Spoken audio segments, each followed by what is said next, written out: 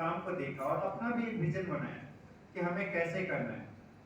तो उस तरह से आप लोगों ने सोचा कि हमें इस तरह का एक ऑल्टरनेटिव लर्निंग सेंटर चलाना है जहाँ पे बच्चे ये सब चीजें सीखें जो अभी प्राण संस्था कर रही है या और भी संस्थाएं कर रही हैं। वो ये सब चीजें बचपन में नहीं अगर सीखेंगे तो हमारे लिए बहुत फॉर्मल रख के रह जाएगा, एक रिचुअल बन जाएगा या एक डॉक्यूमेंट्री दिखाने के लिए कि हाँ ये देखिए हम कर रहे हैं। वो जब तक वो महसूस नहीं होगा, वो जीवन में आत्मसात नहीं होगा।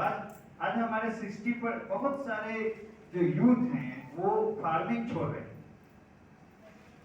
और हम इसको ये अनसस्टेनेबल, अगर फार्मिंग सभी छोड़ते चले जाएंगे तो ये बहुत बड़ा डिजास्टर होने वाला है। तो हमें और कैसे फार्मिंग करनी है ये अपने आप में बहुत बड़ा क्राइसिस है। तो लॉट ऑफ क्राइसिस तो हम लोग सबको डील नहीं कर सकते हैं, लेकिन मेरे लिए था कि एक अच्छी लाइफ कैसे चाहिए और एक अच्छा व्यवस्था कैसे बनाए जहाँ बच्चे जीवन के बारे में ज्यादा सीखें। और जीवन में सीखने का मतलब है कि आपको फार्मिंग से जुड़ना पड़ेगा, आपको एनवायरनमेंट से जुड़ना पड़ेगा, आपको नेचर से जुड़ना पड़ेगा, आपको लोगों से जुड़ना पड़ेगा। तो एक ऐसा सेंटर हम लोगों ने शुरू किया जहाँ पे बच्चे मिलके कम्युनिटी की तरह रह रहे हैं।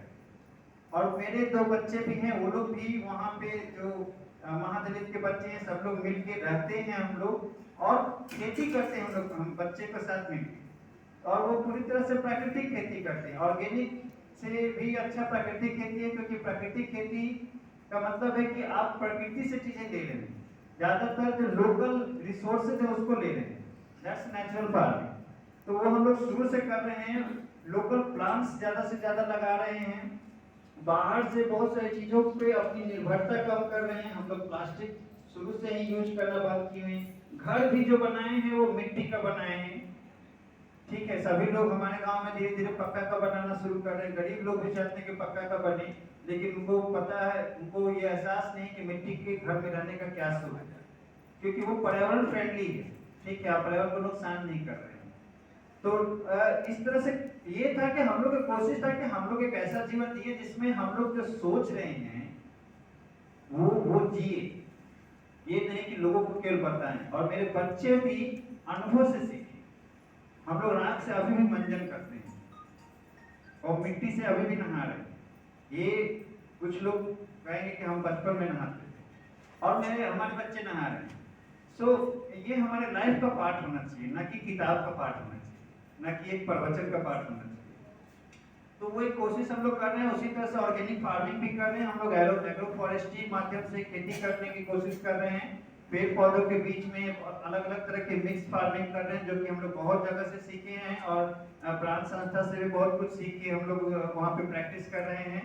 अभी हम लोगों ने एक नया वहाँ पे कोशिश शुरू किया है बीज बचाने का। इसलिए मेरा सवाल वो साथी से था, बीज बहुत सारी चीजों का प्रदर्शन है। हमारा प्रकृति से जो संबंध है, क्लाइमेट से जो संबंध है, इन्वायरमेंट से जो संबंध है, उसका भी एक प्रतिबिंब है। क्योंकि बीज बहुत वैरायटी का है। क्यों है? क्योंकि आपका जो मौसम है, आपकी जो परिस्थिति है, उसके अनुसार बीज इवॉल्व करते हैं। हमारे एशिया में ही 1 लाख प्रजाति अभी धान के थे।